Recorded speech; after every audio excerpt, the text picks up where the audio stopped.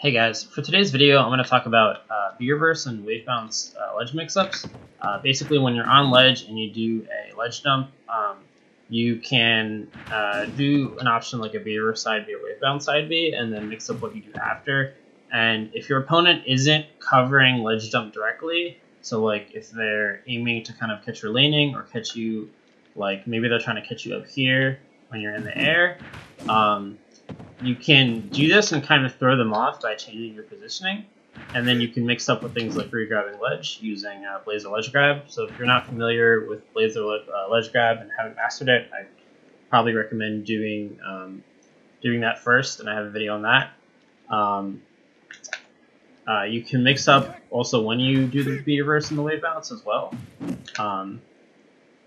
After that, there's like a lot of different things that you can do. I'll show some example clips. One thing to note, and you saw it just there, is that if you try and like buffer a B-reverse input, it doesn't really work. So like you can't do the B-reverse with the same timing as when you would just do it like when you're in the air, and that's because out of the ledge jump itself, you're not actionable, so you can buffer the side B out of ledge jump, but you can't buffer. You can't just do the B-reverse at the same timing because it won't match up with when the move is actually happening. And so when you're doing this, you really want to make sure that you don't accidentally just do like a side B like that or a side B like this, because there's so much lag and it's like it just makes yourself super punishable. So making sure you actually time the B-reverse or wave bounce input is really important. And then after you actually do it, you can mix it up with like a bair or an up air, or if you wave bounced it, you can fair, or you can just land back on stage and shield. You can land back on stage and tomahawk grab them if they're shielding. It's really just an open-ended situation.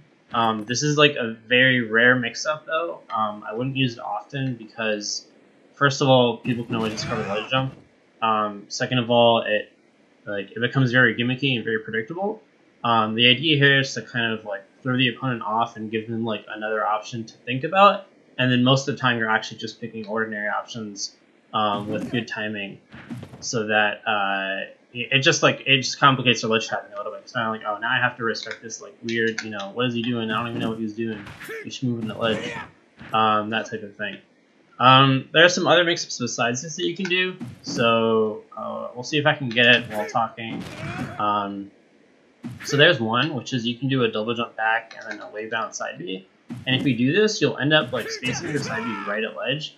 So if characters are trying to ledge trap you and they're like covering you in a way where they can't really cover the edge of the ledge, this can be good because you kind of just start like a side B from this position. If they're covering really close to ledge, then I obviously don't recommend this because you can not only get your double jump sniped, but if you mess up like that, you'll have to up B and you won't regrab, so it's very risky.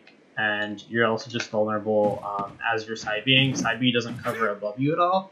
So if someone is like naring above you, like let's say it's a fox naring or wolf naring or something, and you try and do this, like you're just gonna get hit. So kind of like knowing when it like might be applicable is really important, and that takes practice. So this is something I would mostly do in friendlies, and then you throw it out, once every few sets maybe as you feel is like fitting and relevant, and don't force the usage, even though it can look cool.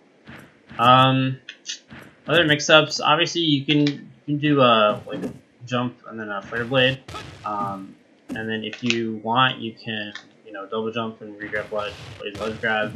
You can kind of cover yourself that way, but like, again, if people aren't like reacting to your movement and they're just sitting here, it gets really awkward because then they're just like, oh, you regrab ledge? Well, I'm just gonna punish you now. So kind of understanding what your opponent is doing with their ledge trap is really important.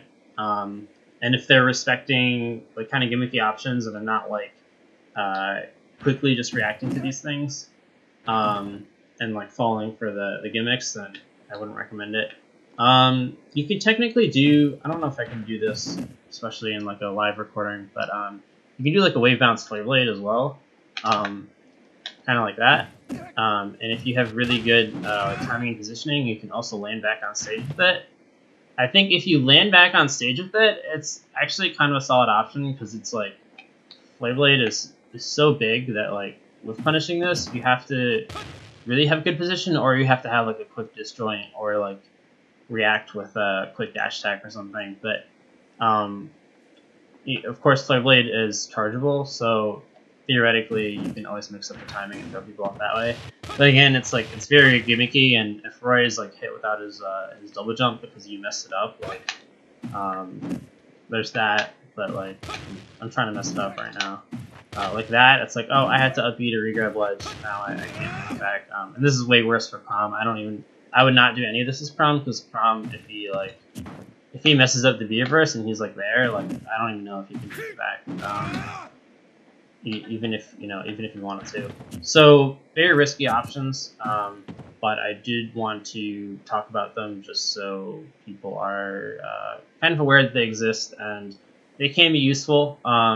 You can get some interesting like combo starters this way, as a kind of like gimmick, like, oh, I'm at 0, I'm gonna go to ledge, and then I'm gonna do some weird ledge option, and then you're not gonna be ready for it. You're gonna overextend and overcommit to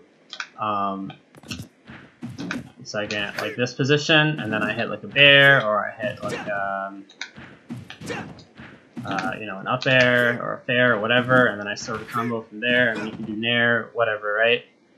It can throw people off, but you have to kind of feel out whether they're actually going to overextend. A lot of people just know that, like, hey, this character has gimmicky options, and they're trying to do aggressive things from ledge. I'm just going to sit there and sit at like roll distance and with punish. And if they're doing that, I think it's better to respect them and not get hit.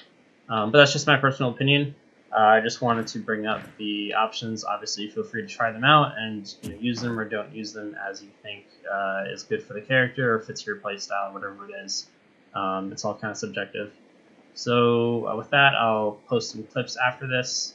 And yeah, the video itself is kind of long, but that's just because I'm kind of rambling.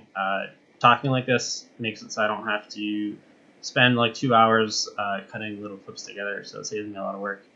But yeah, I'll leave some clips after this of some basic examples, and thank you for watching.